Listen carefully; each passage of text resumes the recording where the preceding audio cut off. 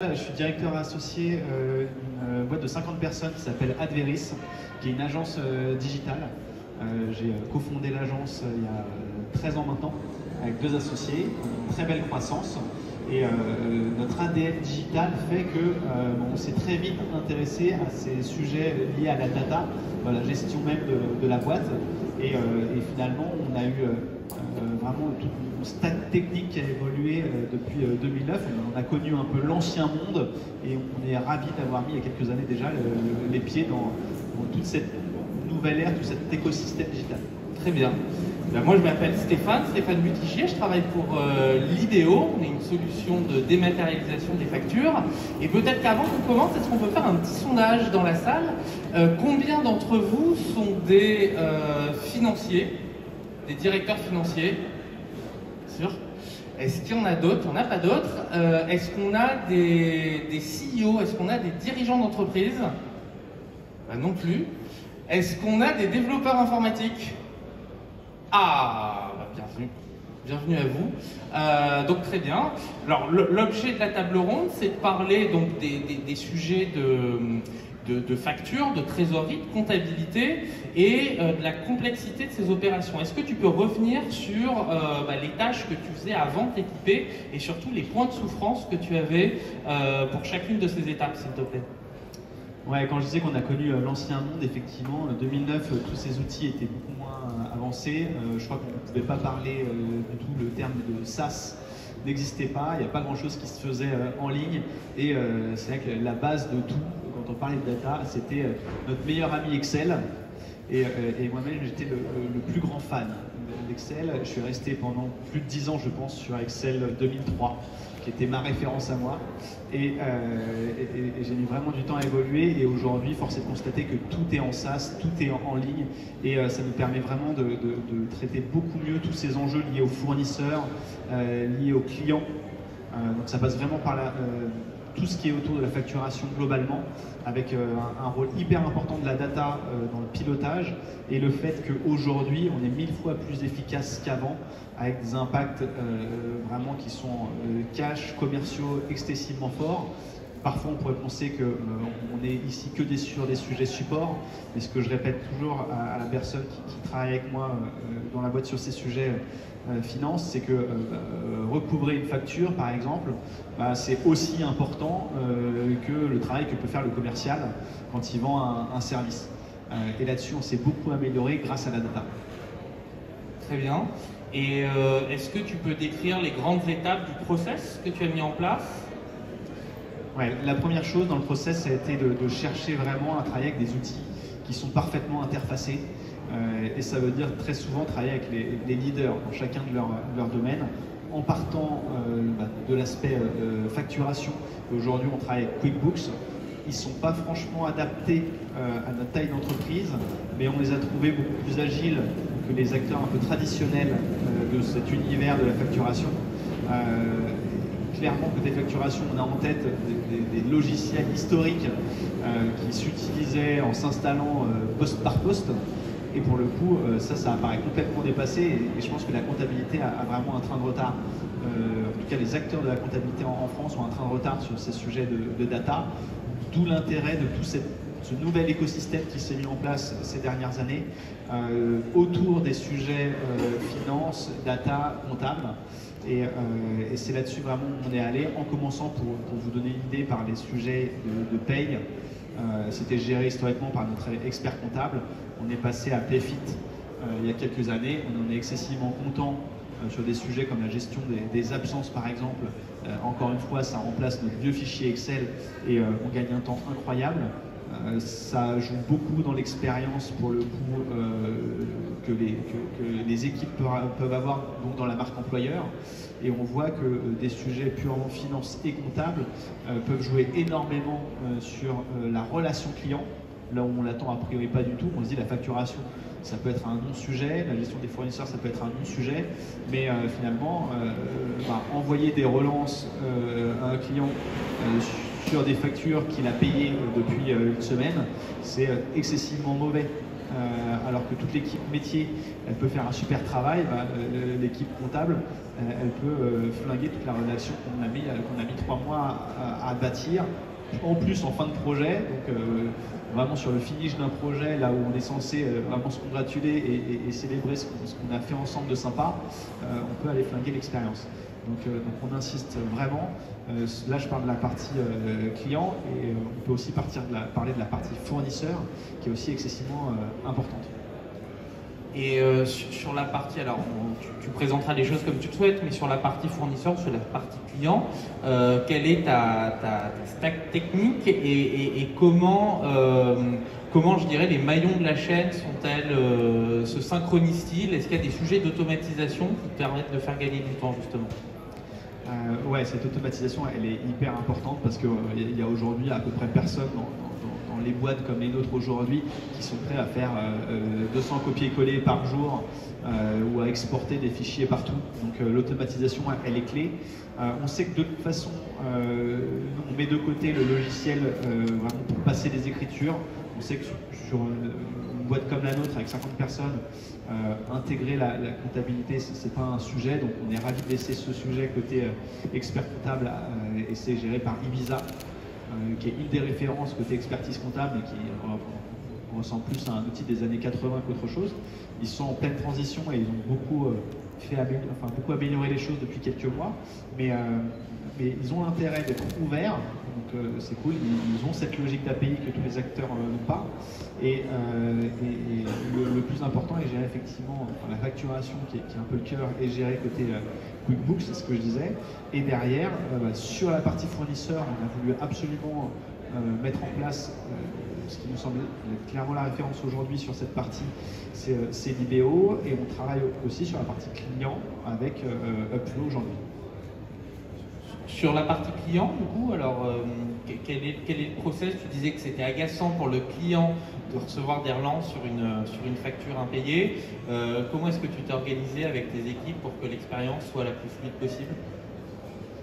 L'enjeu de déterminer un plan de relance est hyper important et pour le coup, il peut y avoir des scénarios différents justement en fonction de la typologie parce qu'on sait qu'on ne va pas relancer de la même manière une PME et un grand groupe, ils n'ont pas les mêmes délais de paiement et ça ne sert à rien d'envoyer 5 mails à un grand groupe quand on sait qu'il paiera à 30 jours fin de mois.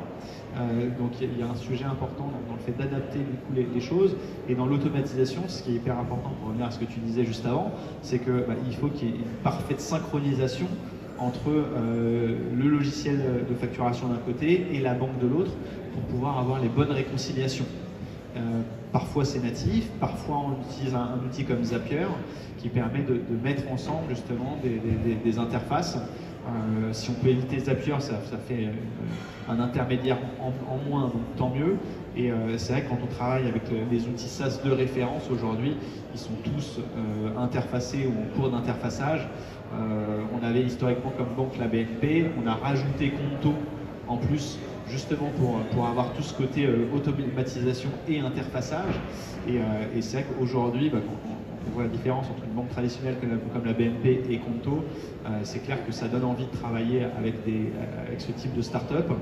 Et on ne peut pas en vouloir à la BNP parce qu'on est conscient qu'il y a des enjeux très très forts de sécurité et ça ne peut pas bouger aussi vite qu'une start-up, mais aussi assez bluffé en voyant la qualité et la réflexion qu'il peut y avoir autour des interfaces, autour des automatisations de ces nouveaux outils.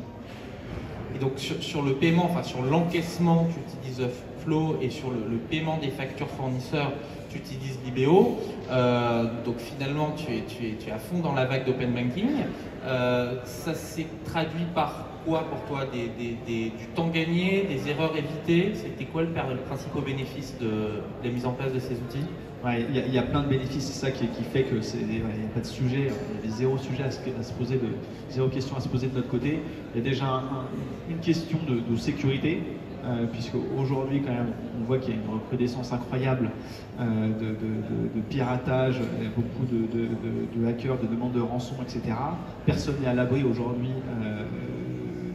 Encore moins de boîtes de notre taille et déjà la sécurité c'est une chose importante puisque c'est vrai que quand c'est pas structuré il y a des fichiers Excel qui traînent partout, il y a des codes qui traînent un peu partout, c'était notre cas avant Et déjà, le fait de centraliser les choses fait que c'est beaucoup mieux géré. Avant, on déposait nos factures fournisseurs sur un Google Drive, et comme on est de notre côté Microsoft, comment l'Office Manager, comment la responsable de facturation avait accès à ce Google Drive avec leur compte Gmail perso, qui s'occupait de supprimer l'accès de la stagiaire au Google Drive de la comptabilité quand elle partait. Normalement, l'Office Manager qui va vérifier ça, qui gère ce petit détail dans la transition quand l'Office Manager part, ça crée clairement une faille et pas mal de failles de sécurité. De la même manière du côté de notre expert comptable. Donc aujourd'hui, il y a quand même beaucoup d'outils qui permettent d'avoir un accès unique, sécurisé, souvent de la double authentification.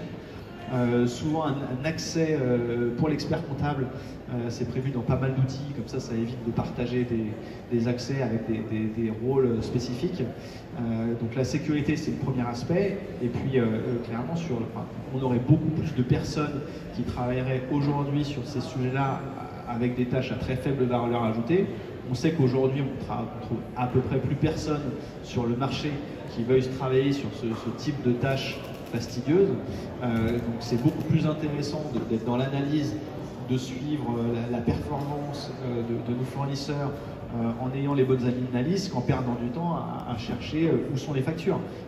La collecte de factures, c'est une fonctionnalité qui est intégrée sur l'IBO aujourd'hui.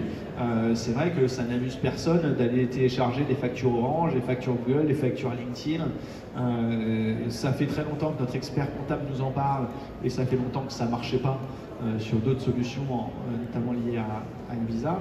Et on est hyper content aujourd'hui de voir qu'avec un interfaçage, une fois pour toutes, les factures, enfin pas toutes les factures, ça s'améliore au fur et à mesure. Il y a beaucoup de factures fournisseurs qui arrivent directement sur la plateforme, et ça, je vous assure que la personne qui le fait tous les mois, elle en est excessivement contente. Donc un vrai gain de temps sécurité, gain de temps pour se concentrer sur l'essentiel. Je vous donne un autre exemple. On ne savait pas exactement où étaient les paiements avant, il y a une personne qui les centralisait chez nous. Donc régulièrement, on avait des personnes qui nous disaient, des fournisseurs qui nous disaient où en est le paiement de ma facture. Aujourd'hui, une fois sur deux, la facture elle a été payée, c'est le fournisseur qui s'en est pas rendu compte. Donc on va chercher directement, on lui envoie le petit certificat qui dit que ça a été payé, et j'évite de déranger mon associé parce que qui s'occupe de ces sujets de paiement, c'est un de mes associés. Clairement, on a fait 40% de croissance l'année dernière. Il a vraiment d'autres sujets à gérer que passer 15 minutes à confirmer qu'on a bien payé un fournisseur la semaine précédente. Donc ça, on est capable de le faire nous-mêmes. Notre responsable comptable, elle peut aller le voir elle-même. Donc c'est un gain de temps qui est hyper appréciable à tout niveau dans la boîte. Et tes collaborateurs, comment est-ce qu'ils ont vu arriver l'intégration d'outils digitaux? Est-ce que c'était une bonne nouvelle pour eux? Est-ce qu'au contraire, ils freinaient un peu? Parce que qui dit intégration de nouveaux outils dit changer les habitudes. Comment tu as vécu ça et comment tu les as aidés à intégrer ces outils? C'est vrai que l'être humain est parfois un peu averse au changement, mais quand on voit les gains de temps, c'est assez incroyable. Je vous donne la petite anecdote justement sur le sujet. La personne qui s'occupait de ces sujets-là chez nous, grâce à la mise en place de ces outils, ça lui a permis d'économiser plein de temps dans ses journées. Elle nous a demandé de gérer des enjeux liés au RH et au recrutement en parallèle de ces sujets finance, parce qu'elle avait un vrai intérêt pour les sujets humains et RH, et elle s'est tellement plu dans ces sujets RH qu'elle nous a demandé à évoluer, et finalement elle va travailler maintenant, dans les prochains mois, dans une boîte en ayant fait cette transition vers un poste 100% RH. Donc petite anecdote au passage, mais en termes d'épanouissement personnel, ça lui a libéré du temps, elle a fait des trucs qu'il préférait. Il se trouve que elle finit par changer de job, mais en termes d'épanouissement c'est très cool, et nous on est ravis. Enfin, la première de nos valeurs, c'est la passion, et quand on voit que des gens peuvent gagner du temps sur des tâches un peu plus fastidieuses pour faire des choses qui les intéressent plus et qui peuvent s'épanouir, même si en l'occurrence la personne part de chez nous, on est vraiment hyper fiers de ça. Donc c'est vraiment un switch vers des opérations à plus forte valeur ajoutée. Donc personne va pleurer sur des tâches répétitives et clairement répétitives et très chiantes aussi quand il s'agit de collecter des factures fournisseurs. Et tu as adapté tes process ou est-ce que c'est à peu près les mêmes process qui ont évolué? C'est plutôt les mêmes process qui évoluent. Là où on est 50 dans la boîte, tout le monde envoyait un mail à mon associé Alexandre Aimé pour gérer les factures et ça venait au milieu de ces 300 mails qu'il reçoit par jour. Aujourd'hui, on a juste à plus l'envoyer à alexandreaimé@tadveris.fr mais à fournisseur@tadveris.fr et tout ça arrive dans l'IBO. Donc pour le coup, c'est quasiment le process qu'on connaissait avant, mais amélioré, gain de temps colossal du coup pour mon associé. D'accord. Si on parle un peu de data, toi en tant que patron d'un cabinet de conseil en transfo digital, c'est quoi les data finances que tu suis? Quelles sont celles qui étaient peut-être un peu dures à récupérer? Comment tu t'organises et comment les outils peuvent t'aider dans tout cela? Ouais, ce qui est hyper intéressant, c'est qu'on se rend compte que si on n'a pas les bons outils, on ne suit pas les choses, on ne suit pas les chiffres.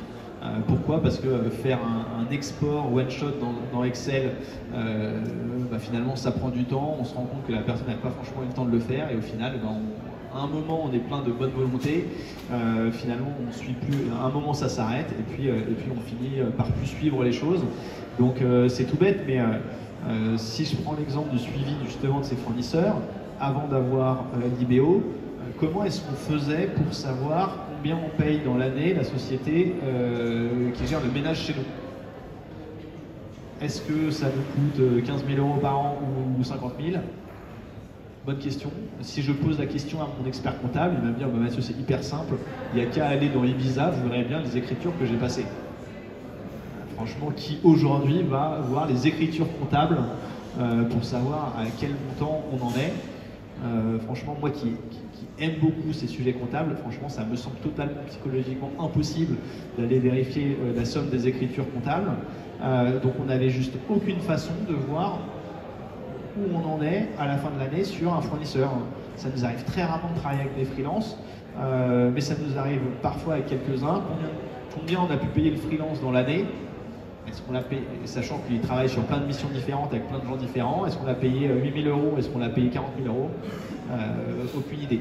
Donc on a vraiment cette couche du coup, et là en l'occurrence via l'IBO, mais sur les clients c'est la même chose sur Upflow, où ça nous permet d'avoir les bonnes analyses, pas 50, mais les bonnes. Quel est notre classement en termes de fournisseurs qui sont nos 5 plus gros fournisseurs?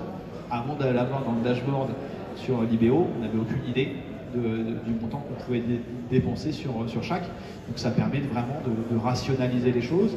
Et puis à un moment, on peut se dire, finalement, quand je vois ce que je dépense chez ce fournisseur, finalement, avec toutes les nouvelles solutions qui existent aujourd'hui, pour le même montant, on va peut-être avoir quelque chose de beaucoup plus smart. Côté ménage, en l'occurrence, on a changé de fournisseur et on est passé avec une boîte qui s'appelle Moka qui gère justement le sujet de façon beaucoup plus smart que nos prestataires historiques. Donc ça permet vraiment d'avoir ce recul. Avant qu'on passe aux questions, est-ce que tu aurais des conseils, des recommandations à adresser à la salle sur les sujets data, automatisation dans la fonction finance? Ouais, mon conseil, c'est vraiment cet enjeu de remise en cause permanente.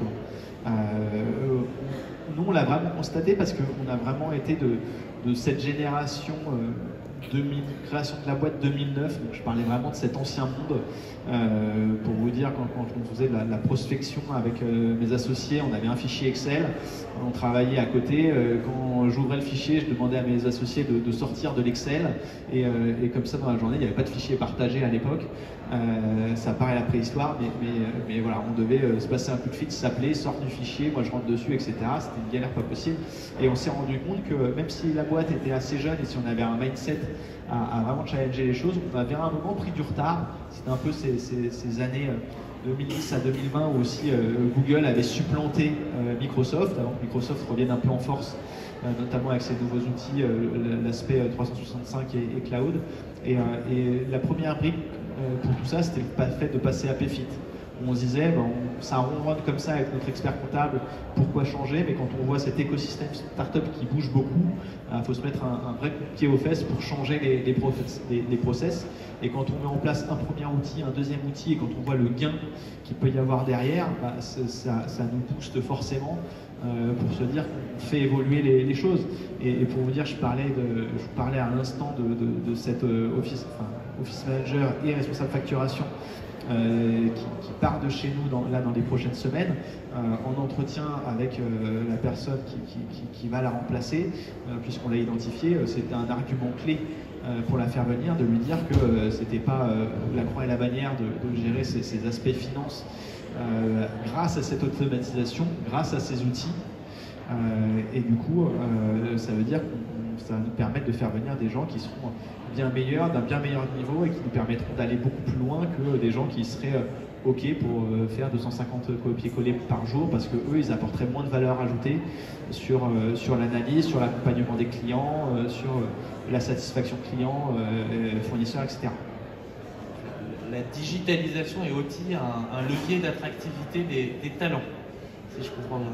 Ouais, c'est vraiment hyper important. Je crois que tout le monde s'accorde à dire qu'on est vraiment dans un moment de quasi plein emploi aujourd'hui, et on travaille énormément la marque employeur, et c'est vrai que quand on met bout à bout toutes les initiatives, cette digitalisation, elle change énormément de choses. Je vous parlais de BEFIT sur les salaires concernant la marque employeur. On a mis en place Elevo aussi dans les entretiens, dans le suivi des entretiens carrière tous les 3 mois. Ça nous permet d'avoir un suivi parfait. On a mis en place un suivi de la satisfaction hebdomadaire avec Popwork. Il y a une somme d'outils qu'on doit analyser au fur et à mesure et mettre en place. On n'est pas du tout dans une surenchère. Je pense qu'il n'y a aucun outil qui est pas efficace aujourd'hui. Il y en a beaucoup, mais c'est vrai que quand tu parlais de conseils, c'est vraiment cette idée qu'il y a encore une fois dans l'ancien temps, on pouvait se dire je vais chercher le petit outil sympa, j'ai sourcé un truc que personne connaît qui fait vraiment le taf, qui est hyper bien. Aujourd'hui, c'est vrai que c'est dur de sortir du leader qui a en général beaucoup plus de fonctionnalités, d'interfaçage et d'intelligence dans les rapports et dans les fonctionnalités que les autres. Donc ça, c'est quand même un conseil à garder en tête. Merci Mathieu. Avant qu'on se quitte, est-ce qu'il y a des questions dans la salle ?